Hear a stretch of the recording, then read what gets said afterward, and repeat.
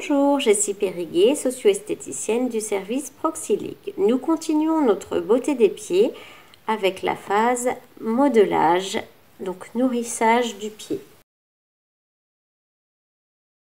Vous pouvez utiliser des huiles végétales, alors de l'huile de coco, de l'huile d'amande douce, de l'huile de ricin pour bien nourrir vos pieds, du beurre de karité si vous préférez les beurres, les crèmes. Donc il faut faire au préalable très attention à garder auprès de soi des tongs, une paire de chaussettes en coton, parce que c'est une fois que vous aurez nourri votre pied, c'est ne pas glisser quand vous allez vous relever.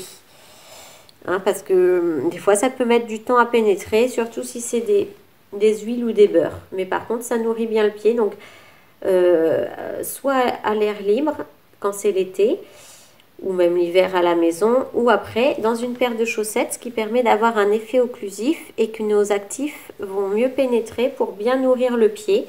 Le but de nourrir le pied, c'est de prévenir aussi le syndrome du pied par rapport aux sécheresses, aux crevasses qui peuvent se mettre.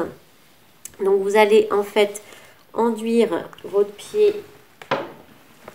d'huile. Donc on évite d'utiliser des produits avec de l'alcool parce que l'alcool va être irritant pour la peau, il va être exhausteur de pénétration et puis il va être desséchant. Donc là c'est vraiment à bannir. Par contre il ne faut pas confondre, si vous voyez en composition l'alcool stéarique par exemple, c'est un alcool gras. Là il va avoir un effet émollient. Là je parle... Ce qui a évité, c'est l'alcool des nattes, l'alcool, l'éthanol. Ça, c'est desséchant pour la peau. Donc, à bannir de votre produit. On enduit l'huile sur l'ensemble du pied jusqu'au genou. Comme ça, ça remonte au niveau de la circulation. Ça fait du bien. Donc, vous faites des effleurages amples en englobant tout le pied et la jambe. Vous pouvez englober, hop, en mouvement de prière, votre pied et remonter vers le genou.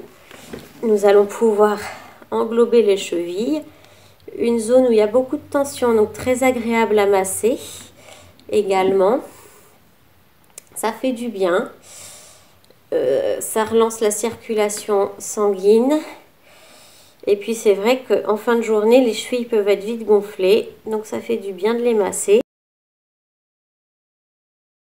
On va masser chaque orteil. Alors, vous pouvez soit avec votre main passer entre les orteils pour bien masser, ou vous prenez un par un, en mouvement circulaire. Mais au moins, ça vous permet de bien les nourrir et d'oublier aucune zone, surtout entre les petits orteils. Et puis ça fait du bien au niveau du coussinet. Donc quand on le fait soi-même, vous pouvez bien appuyer en fonction de votre force. Écarter ou avec votre poing si c'est plus facile.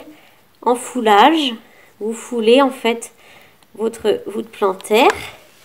Et puis on peut bien appuyer sur un point ici du diaphragme, le 1 du rein en acupuncture. Vous pouvez vous le stimuler en appuyant pour fortifier vos reins. Et vous lissez pour la zone de respiration du diaphragme en redescendant vers toute ma voûte plantaire parce que là aussi c'est souvent une zone qui est très sèche. Donc là, on prend le temps de bien se la masser. Donc c'est très important de bien masser votre talon.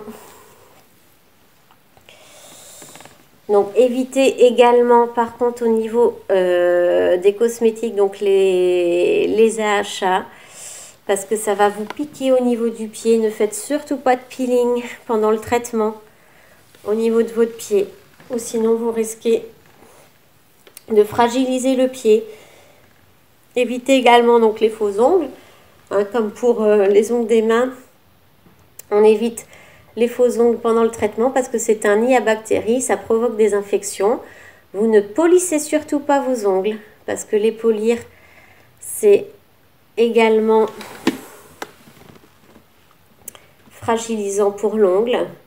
On évite le parfum, les huiles essentielles qui sont allergisantes. Utilisez des savons, des pains dermatologiques, des savons doux. On contourne les chevilles. Et puis vous pouvez bien remonter sur le mollet. Ça fait du bien. On stimule nos méridiens, le foie, l'estomac, la vessie, la vésicule biliaire.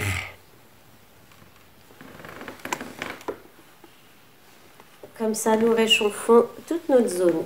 Et puis, vous pouvez garder l'excédent de crème dans votre chaussette en coton que vous pouvez garder toute la nuit pour bien nourrir le pied. Donc, surtout pas avant la radiothérapie. Par contre, pas de gras sur les pieds, mais sinon, vous pouvez l'utiliser bien au contraire.